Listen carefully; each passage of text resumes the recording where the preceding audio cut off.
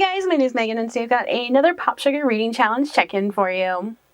Alright, so if you guys want to check out any of my other PopSugar reading challenge check-ins, I will leave the last one linked up above. Let's go ahead and dive into today's video.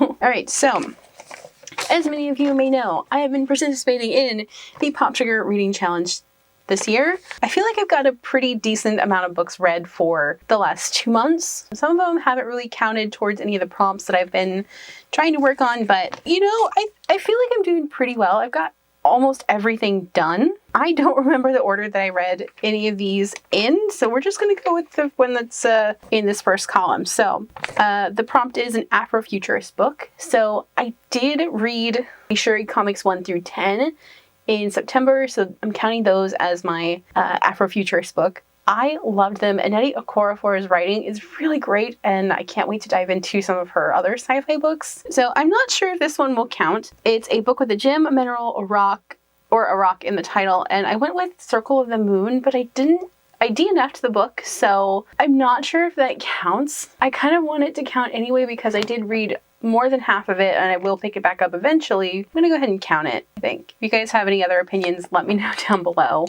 Let's see, so next up is a book that you've seen on someone's bookshelf in real life, on a Zoom call, or in a TV show. And for this one, I went with Down Among the Sticks and Bones. This one I've seen on several people's shelves in Instagram photos, and you know, I've seen it on other people's shelves in YouTube videos and in pictures. So next up is a genre hybrid. So this one I'm going with Morning Glory Milking Farm.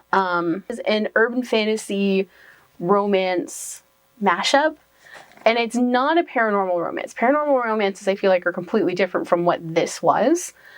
And I actually feel like this should have a different genre completely from that, but it was so good. I highly recommend it if you are over 18 and if you're looking for something that's very different from your normal romance or urban fantasy. Okay, so next up is a book with an oxymoron in the title. This one I had some real struggles with. I think Boyfriend Material counts, but I'm not 100% sure. If you guys know, let me know down below, please.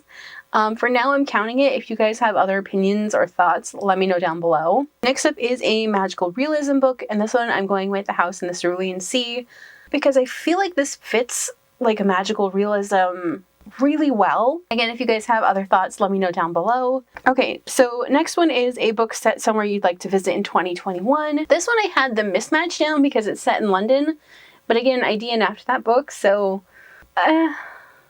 and honestly, I don't really want to go anywhere but be at home, except maybe to the beach, and I don't really have any books set at a beach anytime soon. So I think I'm going to count this one just as, you know, even if I did DNF it. Okay, so page 2, a book by an Indigenous author. So this one I went with The Witch King. Anyway, I went with The Witch King because this book was just incredible and I loved it to pieces, and yes. Okay, so then, let's see. So a book that you think your best friend would like, and that would be All Systems Red. I don't know if I talked about this in one of my other one of these wrap-ups or not, but I'm going with it because I don't think I had read it at the time of that filming. My best friend would love All Systems Red. She is a total sci-fi nerd, and I feel like this would be right up her alley. Okay, and then we are getting into the advanced prompts, and I think I've only got one. Oh no, wait, I've got 2. Okay, so then from the advanced section, a book on your TBR with the ugliest cover. So this one I'm going with Synchronicity. This cover drives me insane. I hate it. I hate this cover so much. I hate it so much.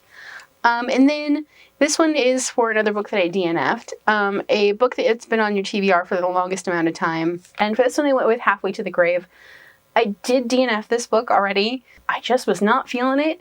About the only thing that really kept my interest with this book was the banter between the main characters. That was really great. Other than that, it just wasn't something that I'm interested in or feel like continuing.